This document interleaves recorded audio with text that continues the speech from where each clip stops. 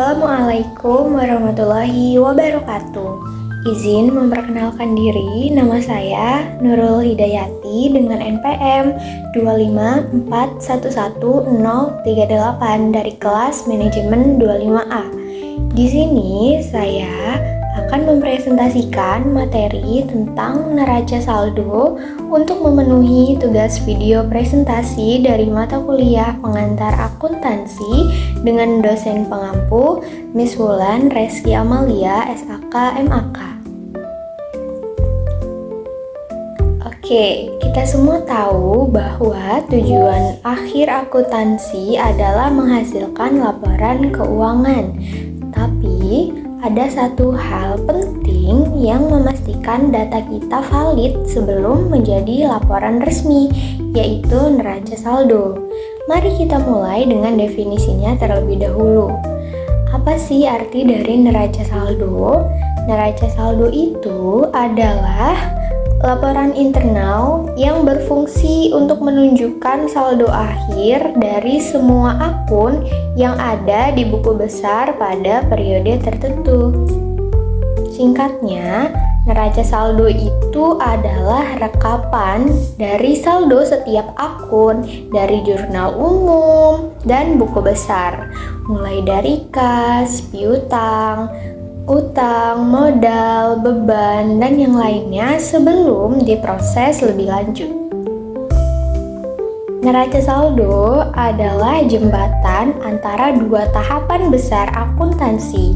Yang pertama, kita mulai dari bukti transaksi, lalu dicatat ke jurnal umum. Setelah jurnal umum dipindahkan atau diposting ke dalam buku besar. Nah, disinilah peran neraca saldo muncul. Neraca saldo mengambil saldo akhir dari buku besar. Neraca saldo kemudian akan menjadi acuan kita untuk membuat jurnal penyesuaian. Intinya adalah neraca saldo itu dokumen yang digunakan akuntan untuk membuat laporan keuangan.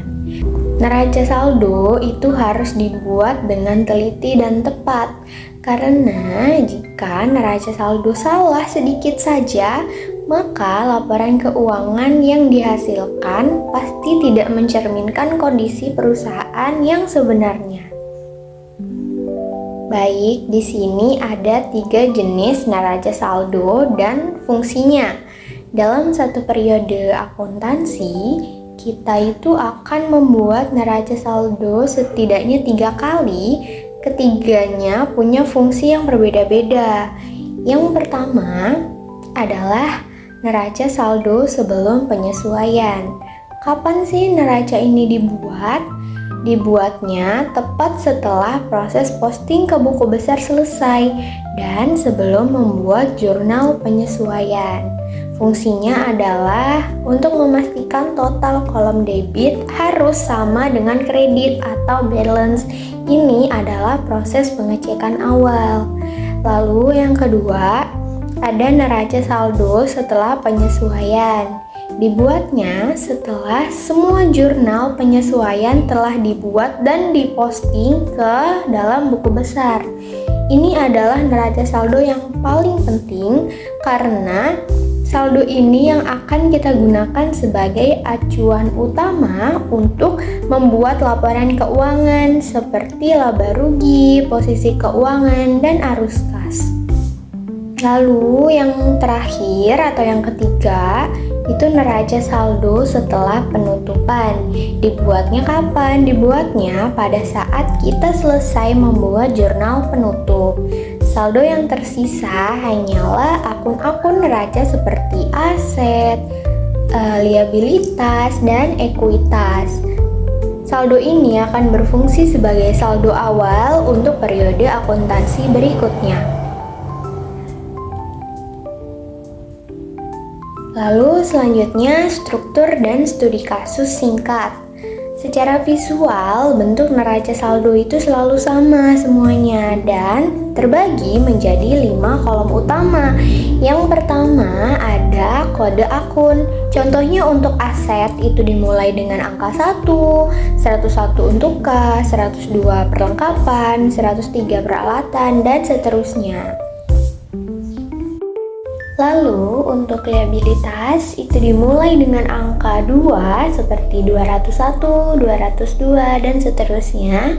Dan ekuitas dimulai dengan angka 3. Ini semua berguna untuk mengidentifikasi nama akunnya. Lalu yang kedua ada nama akun. Akun-akun diurutkan sesuai dengan urutan dalam laporan keuangan seperti aset, liabilitas, ekuitas, pendapatan, dan beban.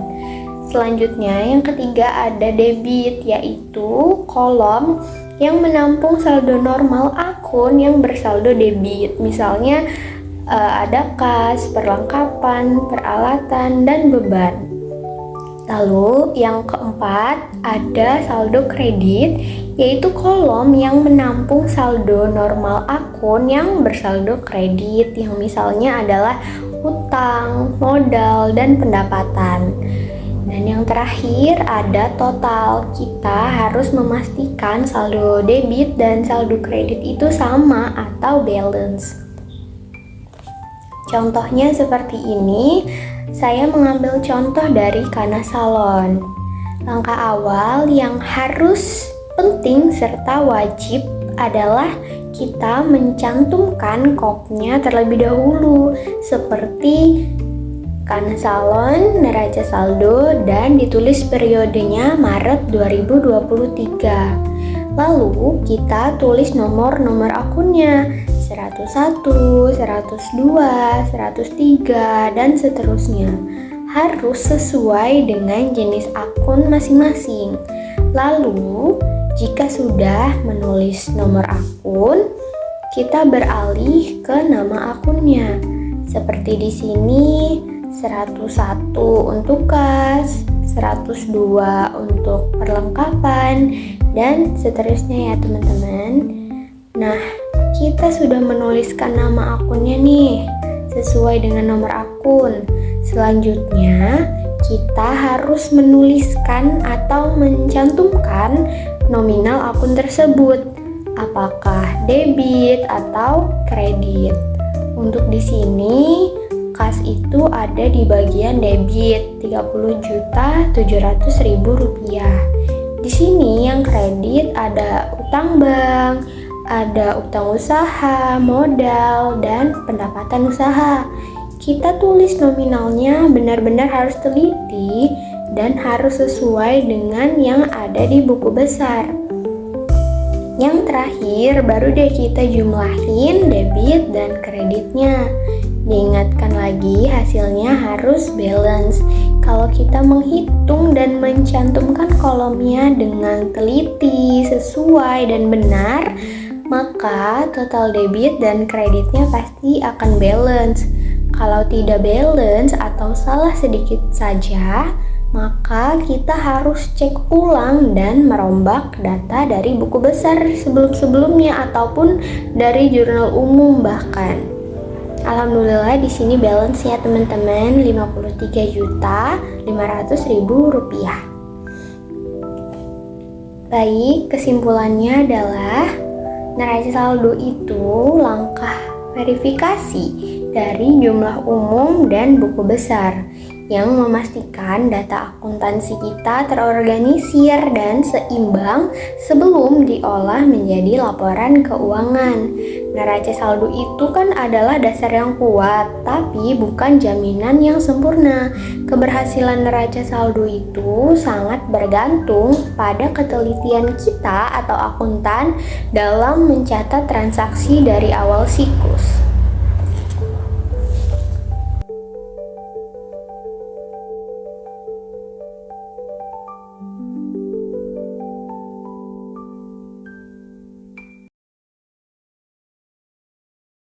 Baik, sampai di sini presentasi dari saya. Mohon maaf bila masih terdapat kekeliruan atau kesalahan. Terima kasih atas perhatiannya, Miss. Wassalamualaikum warahmatullahi wabarakatuh.